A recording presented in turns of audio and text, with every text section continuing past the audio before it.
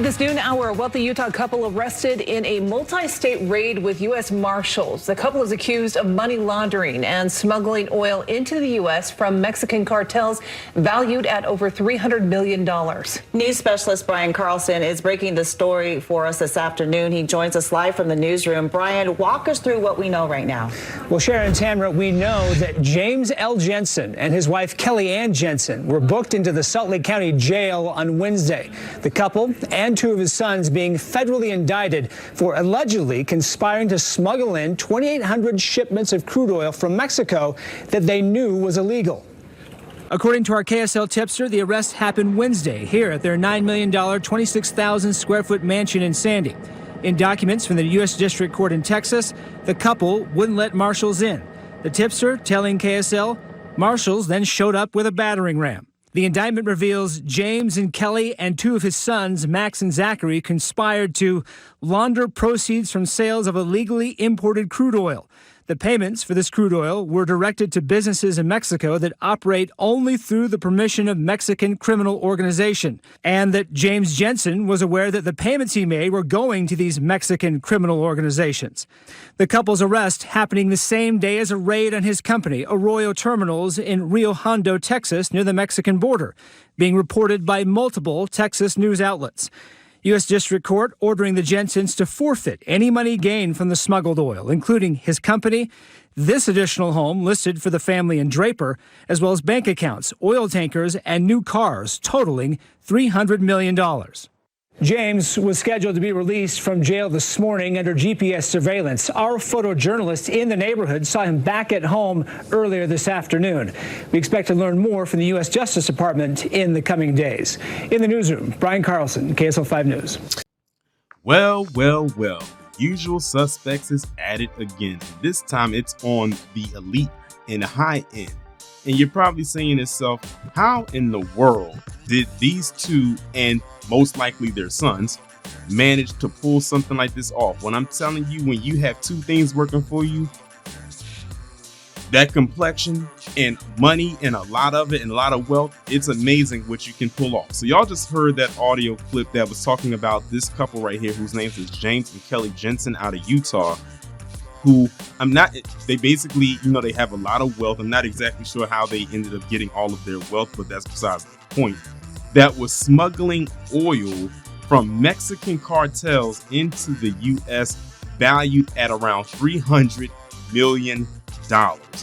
And they love to say, see, this is what happens when you put that criminal element onto a certain group of people. It completely makes you blind to who the actual criminals are. And see, the thing is, if you look at this picture and you look at the home, which I'm gonna show in a second, you would never expect that they would engage in stuff like this. But I'm telling you, these are the type of individuals that you have to keep your eye on, because 9 times out of 10, they can be engaged in some very dark criminal activity. Not saying that all of them are, but see, the thing is, a lot of people wouldn't suspect this, so they figure, they're not doing anything wrong, so there's no possible way that they could be doing whatever it is that they're accused of.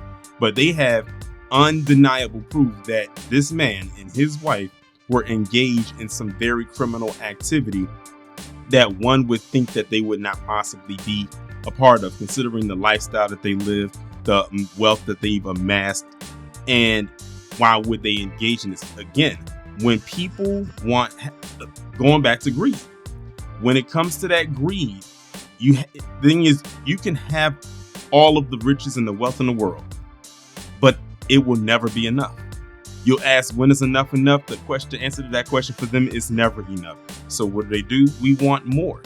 And who knows what role they possibly played also in this as well. I mean, it says that they were helping to smuggle it, but did they have a title? Did they have a label? Or they just were there? How did they get connected to these individuals? But like I said, a lot of people that are engaged in these type of activities are people, a lot of times, you don't even know. Like, I never even heard of these two. If it wasn't for Tawana, and shout out to Tawana in the Discord, I would have not even known about the story. Many of you who are listening to the sound of my voice don't even know who these two are and never even heard of the story. What's crazy is that this story, from the time I'm recording it, got reported 2 weeks ago. That's the crazy part. It first went out 2 weeks ago, but nobody outside of local affiliates in Utah were talking about it. This right here should have made national news.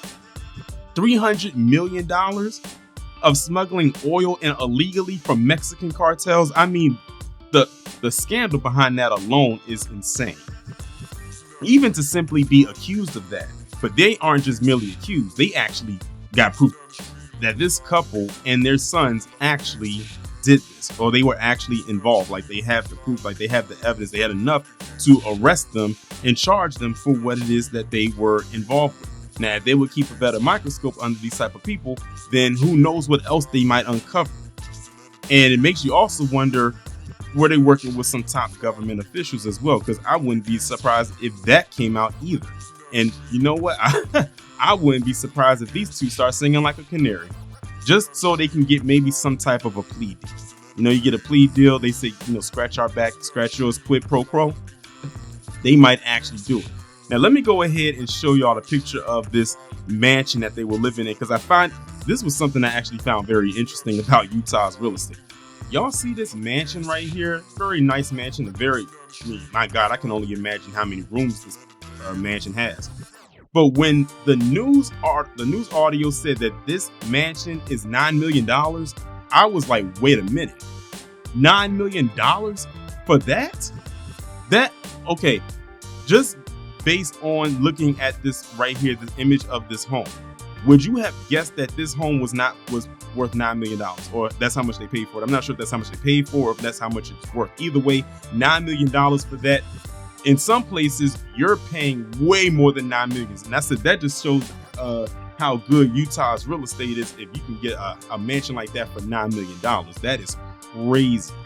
Either that, or maybe it cost, I don't know when they actually bought the mansion. It could have cost more when they bought it, or maybe the market value of it now is $9 million. But either way, that's crazy. $9 million, even at market value, that's insane. Most people who aren't even celebrities, who make a good amount of money, but they have amassed wealth, can afford to buy that if they wanted to.